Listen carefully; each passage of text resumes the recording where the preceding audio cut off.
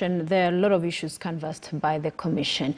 In other news, the Ministry of Energy has been in a long day, meeting with oil marketers on the format of how they will be compensated. The deadlock follows yesterday's price review in which oil marketers lost over 1 billion shillings through the fuel pricing formula. The high-stakes meeting between the government and oil marketers was called earlier today to negotiate on compensation of oil marketers. The compensation arose from the latest oil price review by the Energy and Petroleum Regulatory Authority, EPRA. During the review, EPRA cut margins for super petrol from 12 shillings and 39 cents a litre to 7 shillings and 95 cents. The margin for diesel was reduced to 10 shillings a litre, while that of kerosene has been lowered to 8 shillings and 89 cents. As a result, oil marketers who had already paid for the products in full incurred a loss of 1.02 billion shillings. It is the loss that the government is expected to cover utilizing the Petroleum Development Levy. The levy is, however, not fully operational, creating a challenge for government. Sources close to the matter say the move is a temporary measure set to be put in place until the Petroleum Development Levy is converted into the Petroleum Stabilization Fund. We now have to put the regulations. We then have to subject those regulations to public participation so that we don't have arbitrary laws being passed. Because don't forget, the government itself imports no fuel. We are not the ones who import the fuel. We are only facilitating the importation of fuel in this country. And one of the things that we have to do, for example, today there are 60 oil companies in Kenya.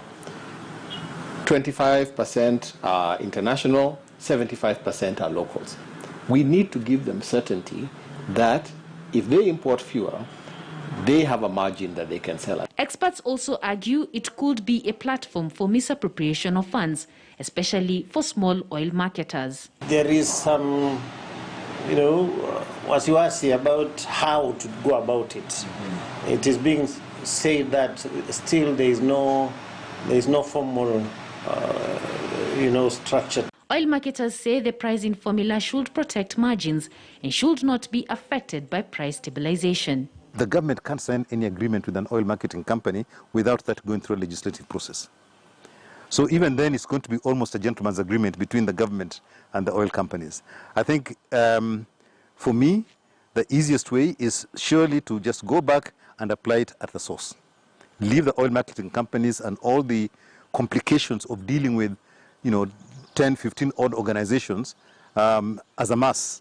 The initial purpose of the levy was to develop retail distribution infrastructure in marginalized regions such as Wajir, where marketers were not willing to invest.